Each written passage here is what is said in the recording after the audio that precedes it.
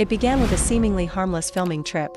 A small crew, director Kudo, a young woman named Ichika, and two cameramen, Toshiro and Jano, decided to explore an infamous urban legend, the terrifying Kuchisake Onna, while filming in a dim, silent alley. The camera slowly panned to reveal a woman standing under a flickering street lamp. Her long black hair hung over her face. She wore a pale trench coat. And she was whispering something under her breath. Toshiro zoomed in. "She's staring at us," he muttered. Seconds later, she snapped. The woman charged at them with inhuman speed, so fast the camera nearly lost track. The crew bolted. They escaped physically, but they had no idea what they had just brought into their lives. In Japanese folklore, Kuchisake Onna, or the Slit-Mouthed Woman, was once a stunningly beautiful woman, admired by many, desired by more. But behind her perfect face was a soul unraveling.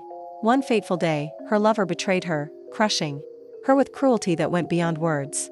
In a fit of heartbreak and rage, she took a pair of scissors and carved her mouth open from ear to ear, disfiguring the beauty that had once defined her.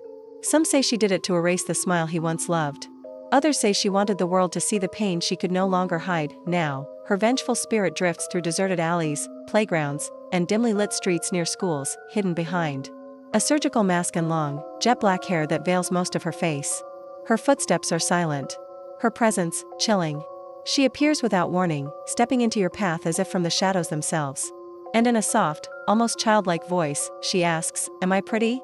If you answer no, she'll strike without hesitation, scissors flashing, blood staining the pavement before you can blink. If you answer yes, she pulls down her mask, slowly, revealing a mouth grotesquely torn from ear to ear, exposing gums, teeth, and a twisted, eternal grin. Then, she leans closer, and asks again, even like this, "Am I still pretty?" If you hesitate, if your voice shakes, even if you say yes again, it won't save you. Because to her, there's only one true beauty, shared pain. She lifts her blade. And with one final whisper, "Now you're just like me," she slashes your mouth open, turning your face into a mirror of her own. Director Kudo couldn't sleep after reviewing the footage. The image of that woman, her unnatural speed, her hollow eyes, burned into his mind. Determined to uncover the truth, he returned to the alley with Ichika, Toshiro, and Jano. The team painstakingly retraced every step, from the spot where the woman had first appeared, to where she had lunged toward the camera. They measured the distance, frame by frame. The result sent a chill through their spines. She had crossed that space 9 times faster than a trained sprinter. Not just quick, but impossible. Toshiro, who once held a school record in short-distance sprints, tried to recreate the moment. They filmed him under identical conditions. Even when playing both clips side by side, the comparison was laughable. She moved like a blur, like something skipping frames in reality, but the footage was untouched. No glitches. No cuts. Whatever she was, she had been real. As they investigated further, locals began to talk, first in hushed tones, then with growing unease. Yes, they had seen a woman matching that description. Yes, she lurked near the old power pole. But more disturbingly, they recalled a sickly sweet stench, like something decaying in the sun. She left behind dozens of papers, crudely taped to brick walls and utility poles. Each one covered in vulgar scribbles, angry curses, and the same man's name repeated over and over again. Some were even written in blood-red ink, or was it something worse? One neighbor said he once saw her pressing her forehead against the wall, whispering to the paper. Another swore she watched it breathe. It became clear, Kuchisake Onna wasn't some wandering specter. She was anchored to something. Driven by hatred. Marked by betrayal. Not just a ghost. But a wound that never healed. An old homeless man quietly confessed that months earlier, the strange woman had approached him. Without a word, she handed him a bracelet, braided entirely from what looked like human hair. She told him it would protect him from evil spirits. Desperate and fearful, he believed her, and wore it every day. Ichika took a close-up photo and sent it to a folklorist who specialized in cursed objects. The reply came back quickly, and with alarm. "This isn't a charm of protection," the expert wrote. "It's a vessel. A tool used in summoning rituals." According to ancient records, such bracelets were once used by a forgotten cult to bind spirits from another realm into the physical world. The hair wasn't just symbolic, it acted as a tether that changed everything. Was Kuchisake Onna not a vengeful ghost, but a summoned entity? A curse given form and purpose? The trail led them to a man believed to be the last practitioner of this old magic. He shrugged off the photo of Kuchisake Onna, but when shown the bracelet, his face changed. He told them the story of Takemi Seiko, a powerful witch from a remote village who mastered dark forbidden arts. After being betrayed by her lover, she killed him and slit her mouth open, so that she would always smile.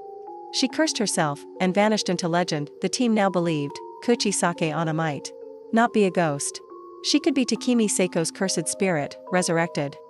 Driven by obsession, the crew hired a reluctant shaman to attempt a summoning ritual. "You don't know what you're calling," the shaman warned. They set the circle, lit the candles, and began chanting. Nothing happened, that is, until the next morning. The homeless man was found dead in the street, eyes wide open in terror. Security footage showed it clearly. Kuchisake Onna was standing behind him seconds before he collapsed. Toshiro and Jano began experiencing something truly terrifying. Every night at exactly midnight, there were 3 slow, deliberate knocks on their doors. Calm, intentional. No footsteps. No voices. Just knocking. No one was ever there. But one night, Jano swore he saw a curtain of long black hair covering the peephole. Not a person, just the hair, standing still. Sleep-deprived and shaken, they told Kudo everything. He set up an ambush outside Jano's building with cameras rolling. On the 5th night, she returned, emerging from the shadows, head slightly tilted, mask hiding the infamous mouth. As the team rushed out to confront her, she began to whisper. Not words. Something darker, like a curse woven from another language. Toshiro and Jano screamed, clutching their heads, dropping to the ground as if something inside them had shattered. In a panic, Kudo floored the gas and drove straight into her. The car hit, metal bent, glass cracked. But she didn't flinch. Didn't stumble. She simply stood there, staring, unmoved. It was like driving into an illusion with weight, and in the next second, she vanished. No trace. Only silence. Days later, Jano vanished without a trace. They went to his home and found a chilling sight. On the living room floor was a large symbol made of braided human hair, identical to the one on the bracelet. As they left, security cameras picked up one final scene. Kuchisake Onna standing at the door, tilting her head, smiling, staring straight at the lens. Kuchisake Onna is not just a ghost story. She's vengeance given form. She doesn't haunt places. She haunts people, and once she's seen you, there's no escape from her slit smile. So if you're watching this at night, turn around. Check the corner of your room. Is someone standing there, smiling? If this story gave you chills, don't forget to like, share, and subscribe for more terrifying tales from the unknown. And if you've ever heard similar stories, or experienced something chilling yourself, drop it in the comments. Your story might be our next video.